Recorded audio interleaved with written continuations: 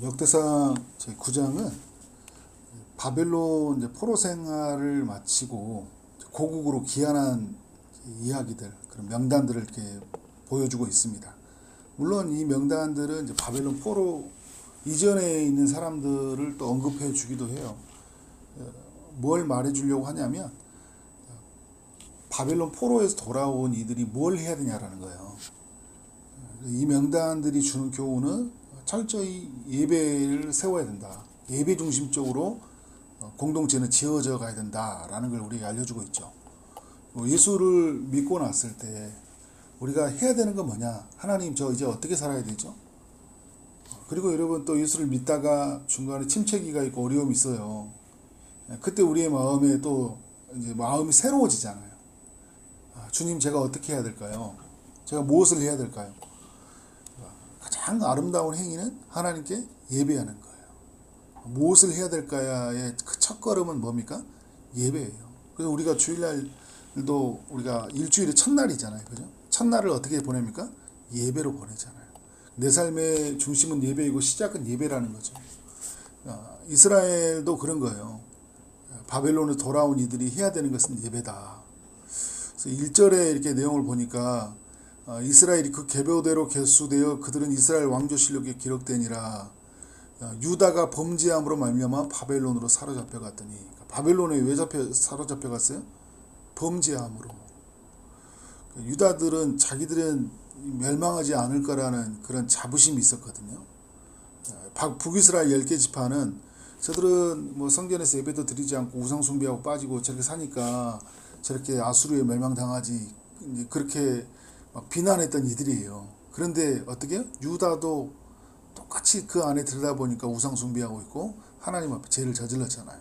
그래서 어떻게 합니까? 바벨론으로 포로로 끌려갔어요.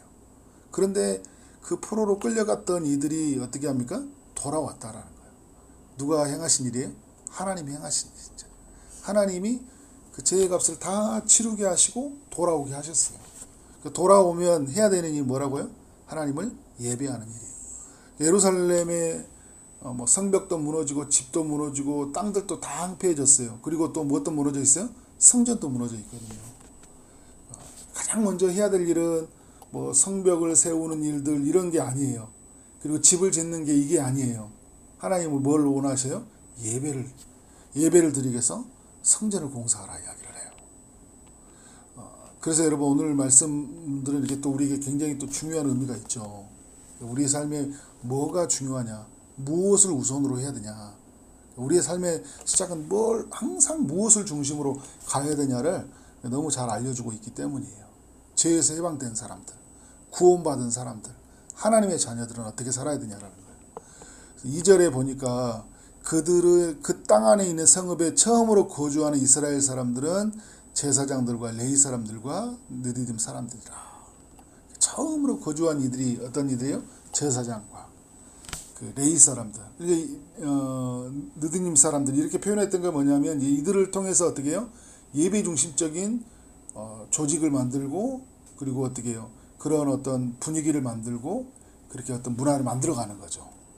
이들의 역할은 굉장히 중요한 거예요. 그래서 이제 제사장들의 모습들을 이렇게 소개를 해주고 있잖아요. 제사장들 이야기할 때 이 제사장들이 해야 될 어떤 역할들에 대해서 이제 이 2절부터 쭉 이야기하는 것들이 이제 13절까지 제사장들 명단들인데, 이들이 해야 될 일은 뭐냐면 13절에 보니까 어떤 겁니까?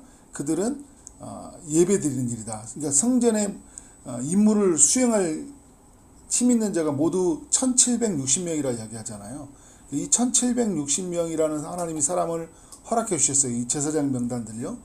그리고 그들에게 어떻게 하는 거예요? 감당할 수 있는 숫자도 주셨고, 이제 그 일을 감당하면 되는 거예요. 이들을 중심으로 어떻게 하는 거예요? 예배가 세워져야 되는 거예요. 그리고 이제 그 돌아오는 명단들 보면 이제 그 유다 자손과 베냐민, 3절에 보니까 이제 베냐민 자손, 에브라임 자손, 므낫세 자손이라는 이런 표현을 쓰고 있잖아요. 그죠? 근데 물론 이들 중에 있었던 뭐 제사장들, 레위 명단들이 돌아오기도 했지만, 또 유다, 베냐민은 어떻게 해요? 포로로 끌려갔던 사람들이었는데 여기 보면 에브라임 므낫세들도 나와 있잖아요. 그 에브라임 므낫세들은 이미 아수르에 멸망된 사람들이거든요. 근데 왜 이들이 또 돌아왔다는 이야기를 꺼내고 있을까요? 이들이 어떤 일이 있었냐면 북이스라엘에 이제 이전에 있을 때 멸망하기 전에 여러 일들이 있었어요. 그러니까 예를 들어서 뭐 히스기야 때 이때 종교개혁을 할 때 그때 사람들이 막 유월절을 지키려고 북이스라엘에서 넘어온 사람들이 있어요. 나중에 요시야 때도 보면 또 북이스라엘 사람들이 막 흩어지고 멸망당하는 것 같은데 그때 또 돌아와서 예배하는 일이 있었어요. 근데 그들이 이제 에브라임, 므낫세 뭐 여러 지파들이 있었죠. 그러니까 북이스라엘도 어떤 몇 사람들이 남아서 소수의 사람들이에요. 그들이 같이 있었고 그들도 어떻게 하는 거예요? 나중에 고국으로 귀환할 때 돌아올 때는 같이 와서 하나님을 예배하는 일을 했다. 다른 지파들이 해야 되는 일들이 뭐냐면 이제 제사장 지파들, 레위 지파들은 이제 제사의 업무를 힘써 감당해 나가고 하도록 그 일에 적극적으로 하도록 도와주고 또 나머지 지파들은 어떻게 할까요? 성벽 짓는 일도 중요하고 집 짓는 일도 중요하지만 어떻게 성전 공사하는 것들도 굉장히 중요하다. 그래서 어떻게 하는 거예요? 교회가 그러니까 하나님 나라는 예배를 중심으로 지어져 간다는 것을 이제 저들이 알고 그렇게 일을 감당해 나가야 되겠죠. 그래서 여러분 13절에 다시 말씀을 드리면 성전의 임무를 수행할 힘 있는 자들을 하나님이 허락해 주셔서 성전의 임무를 감당하게 하신 거예요. 그래서 여러분 교회는 이 일에 우리가 볼 때도 우리에게 적용해 볼 때도 하나님이 그 성전됨의 역할들을 수행할 수 있는 사람을 붙여주시고 또 역할을 보여주셔서 그 일을 하게 하시거든요. 그래서 우리는 어떻게 자신에게 주는 은사를 따라서 그 역할에 따라서 힘써 어떻게 교회가 예배 공동체가 되도록 힘쓰는 거예요. 자, 14절에 이렇게 보니까 이제 레위인들이 해야 될 일이죠. 제사장과 레위인들이 해야 될 일인데 17절부터 26절까지의 내용은 성전 문을 관리하는 사람들을 소개해주고 있죠. 성전 문을 관리하는 사람들. 그러니까 굉장히 성전의 문을 관리하는 일들이 중요하죠. 그래서 성전의 출입을 관리하는 사람들이 있잖아요. 그러니까 성전의 출입을 관리, 성전의 뭐 주위에서 밤을 지새면서 아침마다 문을 열어주는 일 역할들. 그러니까 이런 이들은 뭐냐면 예배의 어떤 질서를 유지하는 이들이라고 볼 수 있죠. 28절부터 29절은 성전에 쓰이는 기구들, 그릇들을 관리하는 일이에요. 그리고 이제 제사에 필요한 곡물과 이제 물품을 관리하는 일들. 다 이런 역할들이 있어야 되는 거죠. 30절에 보니까 향품으로 향기름을 만드는 사람들이 있어야 되고요. 31절은 전병을 굽는 일을 하는 사람이 있어야 되고 32절은 진설하는 떡을 준비하는 사람이 있어야 되고요. 32절은 뭐냐면 찬송하는 사람들이 있어야 되는 거예요. 다 이 역할이 있어야 된다고요. 이 자신에게 준 은사를 따라서 그 역할을 따라서 어떻게 하는 거예요? 예배하기에 힘써야 된다는 거죠. 근데 여러분 이 내용은 언제 이렇게 만들어졌었냐면 다윗의 때에 이게 이렇게 역할이 만들어졌어요. 다윗의 때. 나중에 이제 역대상에서 자세히 또 나옵니다. 지금은 이제 언제 시점이에요? 다윗의 때가 훨씬 지나고 다 무너지고 돌아올 때이잖아요. 그때 일을 상기시켜 주는 거예요. 우리 이런 역할들, 성전에서는 이런 역할들이 있지. 그러니까 이미 이제 뭐 모세 때부터 솔로몬 때부터 이렇게 이어지면서 이렇게 어떻게 해요? 예배의 역할과 책임이 만들어져 있었어요. 근데 어떻게 해요? 다 무너져 버려 있었잖아요. 다시 이야기를 꺼내면서 우리는 어떻게 해요? 예배의 이런 모습으로 이런 역할로 우리는 지어져야 된다.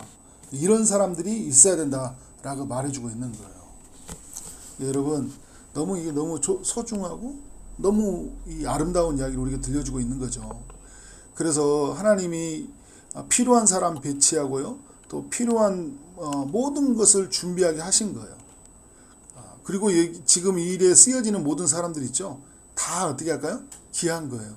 제사장도 성전 전체를 관리하는 예배 제사 업무의 제반 업무를 관리하는 우리 책임지고 있는 제사장도 중요하고 또 레위인들도 다 중요한 거예요. 모두가 어떻게 해요? 다 귀한 거예요. 문지기, 기구관리, 떡 준비하는 사람들, 향품, 찬양으로 섬기는 사람들 모두가 중요해요. 그리고 눈에 띄는 문지기 같은 경우는 눈에 띄는 일이죠. 찬양대 눈에 띄는 일이에요. 여러분 향품을 준비하고 또 떡을 준비하고 기구로 관리하는 사람들은 잘 안 보이죠. 준비하고 사라져 버리잖아요. 그죠? 다 눈에 띄는 일도 중요하고 눈에 띄지 않은 일도 다 중요하다. 그러니까 교회에 오면 교회에서 여러분 막 눈에 띄고 말씀을 섬기고 뭐 이렇게 대표 기도를 하고 찬양 인도를 하는 사람들 다 중요하죠. 근데 보이지 않는 곳에서 안내를 서고 그리고 어떻게 주보를 만들고 또 이렇게 안내 뭐 다른 모습으로 뭐 카풀을 하고 그죠? 다른 사람 예배 드릴 수 있도록 성경책을 갖다 주고 한 것도 다 귀한 거예요.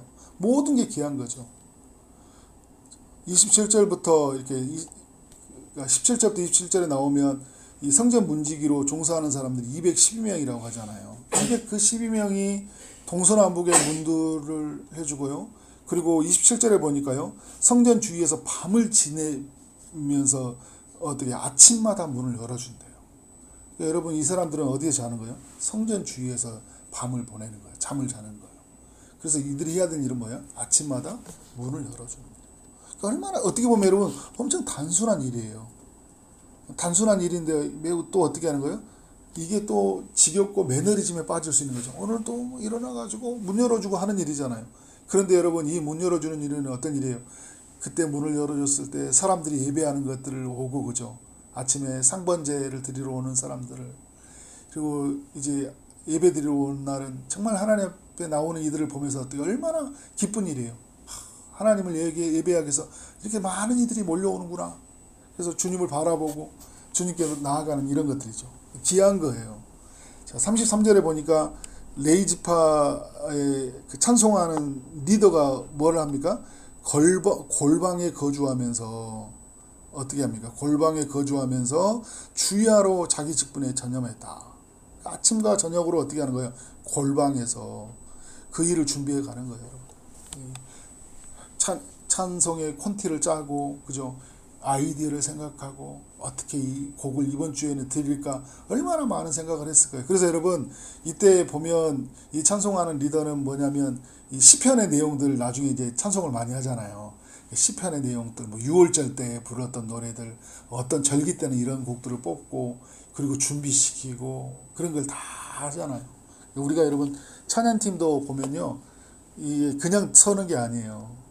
콘티를 짜고요. 우리 최영재 집사님 같은 경우 저희도 보면 그 딸하고 같이 계속 그 콘티 짜가지고 또 어떻게 막 같이 연습해보고 이 곡의 흐름이 어떨까, 이 곡이 성도들하고 어떻게 될까, 이 곡이 하나님 앞에 어떻게 될까 이렇게 고민한다고 하더라고요. 굉장히 많은 시간을 다 소요하고 또 연습해야 되고 계속 연습해야 되거든요. 그리고 어떻게 해야 돼요? 찬양을 서잖아요. 그러니까 전념함으로 다른 일은 하지 않았더라. 요즘의 시대는 우리가 막 다른 일, 많은 일도 하니까 사실 요즘은 더 많이 힘든 것 같아요. 그죠? 여기에 막 전념하기 어렵잖아요. 성도들 전체가. 그렇지만 이 일에, 예배 드리는 일에 각각의 사람들이 자기 역할들을 최선을 다해서 예배가 예배되도록 한다라는 거예요. 너무 아름다운 거죠. 이렇게 여러분 헌신하고 자기 일에 책임을 다하는 사람들, 그 은사에 따라서 그 자리에 서 있는 사람들, 이들을 통해서 하나님께 예배가 올려지고 있는 거예요. 여러분 이렇게 예배 드리자 하고 딱 하나로 끝나는 게 아니에요. 그 안에는 그 뒤에는 어떻게 어마어마한 이런 준비와 이런 계획과 헌신과 그런 어떤 책임들 이런 모든 것들이 다 담겨 있는 거예요. 그래서 여러분 하나님의 그 전적인 그 하나님의 은혜 일하심들 전적인 인간의 헌신군을 통해서 어떻게 하는 거예요? 하나님의 살아계심을 우리가 누려가는 거예요. 우리의 삶은 이렇게 이야기해 주는 건 뭐냐면 우리의 삶은 예배 드리는 것이 우선 중심이 된다. 예배를 사모해야 된다. 그리고 예배를 어떻게 해요? 최선을 다해서 예배를 준비하는 거예요. 그리고 어떻게 하는 거예요? 정말 최고의 사랑을 베푸시는 하나님을 만나는 거예요. 네. 우리는 그냥 너무 건성건성으로 와가지고 막 할 때가 있어요. 오늘 예배 드리러 가자. 오늘 주일날 예배 드리면 땡 하고 끝날 때가 있잖아요. 그죠? 아니에요, 여러분. 최선을 다해서. 일찍 오고, 그죠? 일찍 오고, 기다리고, 그분을 고대하고, 순서 하나하나 맡은 사람도 소중하고, 그래서 여러분, 이렇게 소중함으로 이렇게 준비되니까, 그 하나하나 순서를 사모하는 거예요.